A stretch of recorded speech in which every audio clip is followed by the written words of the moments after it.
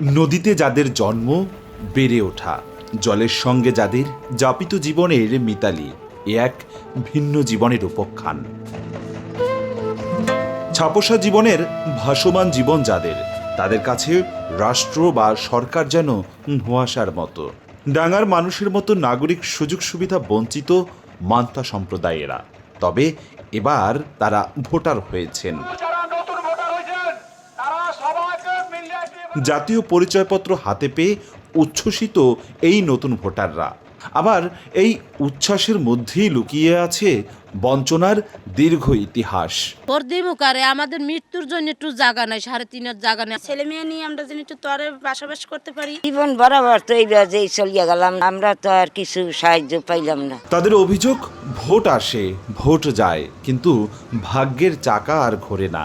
ডাঙার ভোটারদের দ্বারে দ্বারে প্রার্থীরা গেলেও তাদের দুঃখ শুনতে কেউ কখনো নৌকায় পা রাখেনি।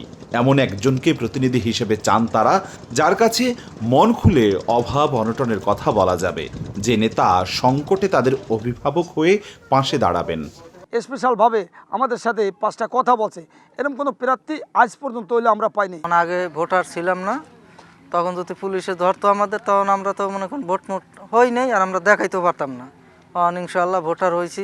সংশ্লিষ্টরা বলছেন, মান্তাদের ভোটার করাটাই ছিল বড় চ্যালেঞ্জের। অনীহা ছিল তাদের নিজেদেরই।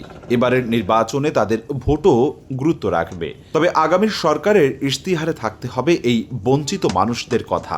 তাদের একেবারে আগ্রহ ছিল না।